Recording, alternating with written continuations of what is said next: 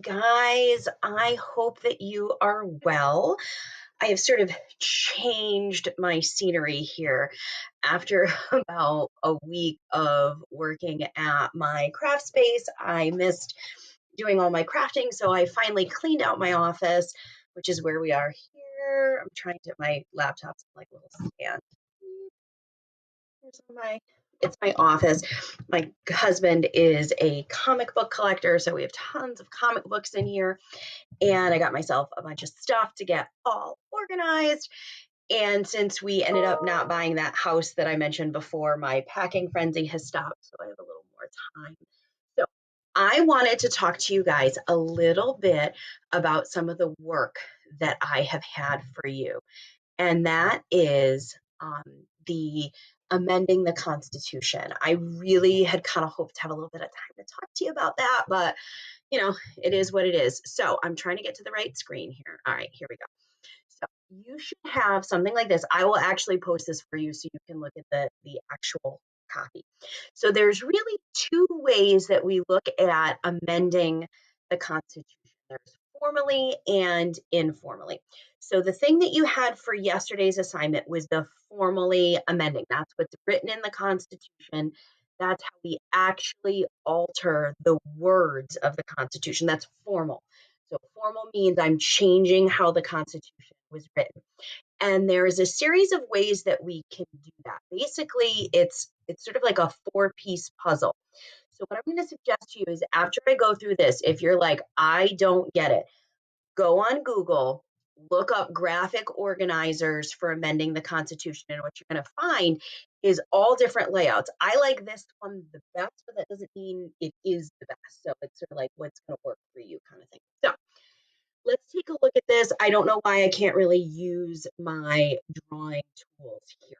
So when you amend the Constitution formally, you get to have a pick of like different scenarios. So you have a step one and a step two. So in this document here, this what I'm circling right here, this is step one. Step two is the pink box. So the way that it works is step one is 2/3 of either Congress, which is the House and the Senate together, which is this one, or 2/3 of state legislatures asking.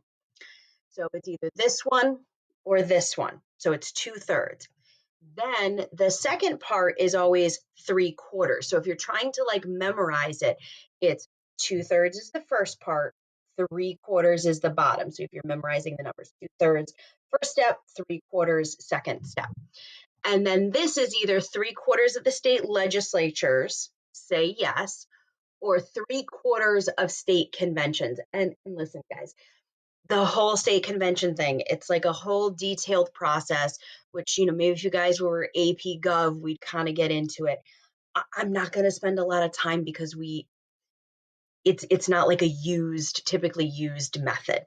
So what you're going to find is the easiest method is 2/3 of Congress, followed by 3/4 of the state legislatures. And the reason that's the easiest is it involves the least amount of people. Because if you went this, 2/3 of state legislatures, that's a lot more sort of hands in the pot, right? Because it's got to be everybody at the state level. And then a state convention is like a whole big group of people. So that's like a whole different ballgame. But again, it's one of these and then one of these. So you can mix and match. You could do this and this, or this and this with this, or this with this. So technically there's 4 ways to formally amend. The top part, which is 2/3 of something, and then the bottom, which is 3/4.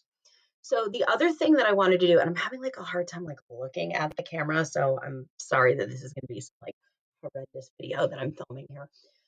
I usually do an activity with this in class. I think it's a little too hard to do while you're at home, but I feel like I would do a disservice if I didn't talk to you about it very, very briefly. There is a reason that there has only been 27 amendments to the Constitution. Technically, it's only been amended 18 times. The first, which is the first 10 altogether, and then 17 more to get to the 27. So it's really only 18 times. It's because this here on the screen is really, really, really hard to do.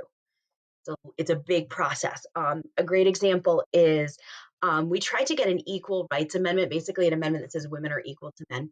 Didn't happen because we couldn't even get that to pass. That's how hard this is. So think about the amendments that we've already looked at. It's really like voting rights, big, big, big things. So the reason that we've been able to keep the same constitution for all this time is really because we do what's called informally amending the constitution. Informally means that we shape and change and mold how the constitution is used through the things that are kind of built into the constitution but aren't formally amending or changing the words. Examples being legislation. Congress passes laws, it changes and shapes how we do things, but we don't change the actual words of the Constitution. So, a great example might be like the stimulus package that's been in the news, like that we're going to get money during the coronavirus quarantine to kind of help us. Well, that's written to the Constitution, but it's going to be something that we do. Other examples, courts. So when the court rules, it rules like it changes how we interpret laws. A great example would be like a Roe versus Wade. Um, there's nothing in the Constitution about abortion, but it rules abortion. Same thing. Constitution ruled on gay marriage, saying gay marriage it can't be restricted. So nothing in the Constitution that says those things, but then that changes how we do things. Other examples are like political parties. They shape and mold how we do things. um, Custom. Sometimes we do things because that's just the way we do them. A real life example of custom is like, at Thanksgiving, unless you're like a vegetarian, you eat turkey. That's sort of a tradition, a custom. We do that within our own government. There's things that we do, that we allow, that we don't allow, because that's the way we've always done it. A great example would be the president's cabinet. That's not in the Constitution, but every president has had one. So things like that. So I want you to know that we basically shape and mold the Constitution because of how vague some of those sections are, especially that um, elastic clause, Article 1, Section 8, Clause 18, that says we can make all laws that are necessary and proper. That allows us that wiggle room to sort of shape and mold the Constitution without, I'm trying like not to touch the screen on my computer, this right here, this piece right here. So we can do that. So I have like a whole lesson on that, but I think I'm going to skip that in favor of, I think we spent a lot of time on the Constitution. I think we kind of want to wrap things up. So this is really kind of it. I want you to check the McCulloch versus Maryland um, answer key that I put up. I want to make sure that you have what's up on the screen, in your notes. And then starting on Friday, I think I'm just going to move into the three branches of government with you. We only have so much time. I can only give you so much work. And again, until I hear that I can grade you, I'm kind of backburnering that performance task. If it's done, great. Also, make sure that you meet with me to do your Federalist, Anti-Federalist conference. And if you have met with me, that you fix the Federalist and Anti-Federalist and get that turned in.